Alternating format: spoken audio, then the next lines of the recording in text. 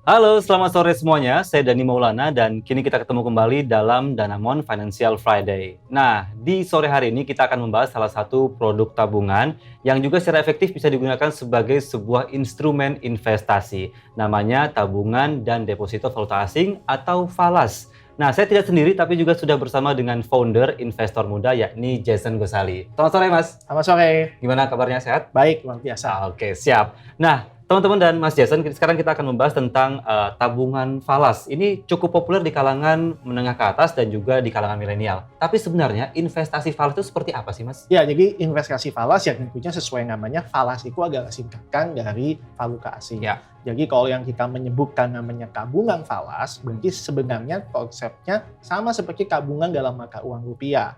Nah, bedanya kalau tabungan falas isinya bukan mata uang rupiah, tapi adalah mata uang asing. Nah, perbedaan utamanya seperti apa? Kalau kita nabung di tabungan rupiah yang biasa, kita hanya punya satu sumber keuntungan, namanya keuntungan bunga. Sedangkan kalau kita menabung di tabungan falas, kita punya dua sumber keuntungan. Pertama adalah keuntungan bunga, dan yang kedua adalah keuntungan kurs, selisih antara kurs beli dan kurs jual atas deposito falas yang kita lakukan. Ya, jadi dua keuntungan itu adalah sebuah selisih atau keuntungan dari kurs ketika kenaikan kurs itu sendiri dan juga dari bunga deposito itu sendiri ya. Tapi kan namanya juga sebuah produk investasi tentunya ada resiko ya, Mas ya. Nah, resikonya menabung falas itu apa sih, Mas? Ya, resikonya kan pertama kali resiko rugi kurs ya. Cuman sebenarnya secara relatif deposito falas itu resikonya terlampau kecil ya. Karena kita bisa lihat pertama dari sisi likuiditas ya kan. Deposito dolar itu kan bisa dicairkan kapan saja. Jadi kan sangat liquid ya. Apalagi lembaga yang menyediakan deposito falas adalah lembaga bank yang sudah dijamin oleh otoritas jasa keuangan dan juga di bawah naungan LPS. Jadi tentunya dari sisi keamanan relatif lebih aman dibandingkan produk investasi lain yang namanya itu sebagai deposito. Deposito itu dalam cerakanya adalah instrumen investasi yang paling aman dibandingkan obligasi, reksadana, dan saham yang lebih agresif. Oke, jadi Mas Jason, sebenarnya investasi falas ini cenderung resikonya lebih rendah ya. Nah, lalu untuk kita bisa mulai investasi falas, ini aturan mainnya seperti apa sih, Mas? Ya, aturan mainnya adalah dengan prinsip investasi pada umumnya, buy low atau sell high. Jadi kita melakukan pembelian maka uangnya, ketika kita merasa harga maka uangnya itu relatif lebih murah, dan kita melakukan penjualan, ketika kita merasa maka uang yang kita pegang sudah relatif lebih mahal dibandingkan maka uang negara lainnya, terutama maka uang Indonesia. Nah, jadi itu prinsip simpel. Jadi kan faktor-faktor yang harus diperhatikan adalah apa sih yang selama ini menggerakkan pergerakan mata uang. Contohnya kondisi ekonomi, ya kan, outlook inflasi ke depan, kebijakan suku bunga bank sentral atas mata uang yang kita pegang. Nah, ini adalah faktor-faktor dan berita-berita ekonomi yang harus kita ikuti setiap saat. Oh gitu. Jadi teman-teman, jadi kalau mau mulai investasi falas harus selalu memperhatikan berita-berita ya, Mas ya. Harus selalu update nih.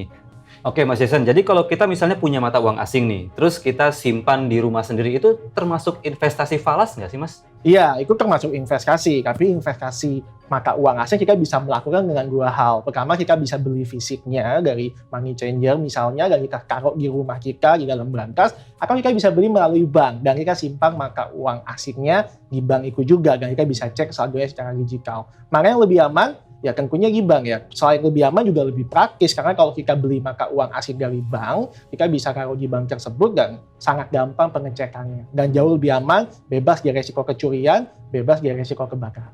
Oke, jadi sebenarnya prinsipnya itu sama saja Mas Jason ya. Cuman akan lebih praktis kalau kita menabung di bank. Nah Mas, kita kembali lagi ke investasi falas nih. Sebenarnya menabung valuta asing ini paling cocok untuk siapa sih, Mas? Ya, namanya kan juga investasi falas. Investasi adalah sebuah tindakan untuk mencapai tujuan finansial. Jadinya investasi falas paling cocok untuk orang yang punya kebutuhan falas di masa mendatang. Nah, tapi kan sebenarnya kalau kita deposito falas, sebenarnya bunganya kan lebih kecil ya, Mas, daripada kita deposito rupiah. Memang investasi falas itu tujuan utamanya adalah untuk menghindari resiko nilai tukar rupiah terhadap mata uang asing. Sebagai contoh, kita pernah mengalami yang namanya krisis Asia 1998. Waktu itu kurs rupiah terhadap US dollar pernah melonjak dari 2.500 sampai ke 15.000. Atau kira-kira naik 5 sampai 6 kali lipat. Bayangkan kalau 1 tahun sebelumnya kita punya rencana menyekolahkan anak kita ke luar negeri, tiba-tiba ada krisis dan kita tidak pernah memegang mata uang asingnya, berarti kan biaya kita menyekolahkan anak naik 5 kali lipat. Jadi inilah fungsi dari investasi falas.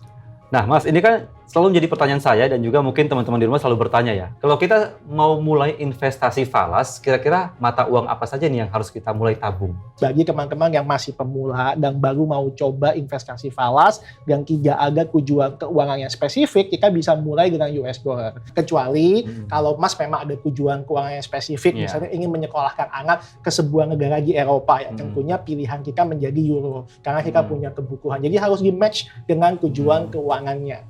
Jadi begitu ya teman-teman ya. Nah, buat teman-teman yang sering menggunakan mata uang asing, sudah sebaiknya untuk membuka rekening tabungan investasi falas di bank terpercaya. Salah satunya adalah di Bank Danamon, yaitu namanya tabungan Prima Dolar. Nah, selain resikonya rendah, juga bisa menjadi diversifikasi produk investasi Anda. Begitu ya Mas Jason ya? Betul. Terima kasih teman-teman sudah bergabung bersama kami di episode kali ini. Saya Dani Maulana dan Jason Gozali, founder Investor Muda. Dan semoga bahasan kita kali ini cukup bermanfaat untuk Anda. Jika ada pertanyaan, diskusi, atau komentar mengenai episode kali ini, bisa menulis di kolom komentar. Nanti pertanyaan terbaik akan dijawab oleh tim Danamon Financial Friday. Jangan lupa juga untuk subscribe dan juga nyalakan notifikasi di channel Danamon Financial Friday. Saya Dani Maulana. Saya Jason Gozali. Sampai jumpa. Terima kasih.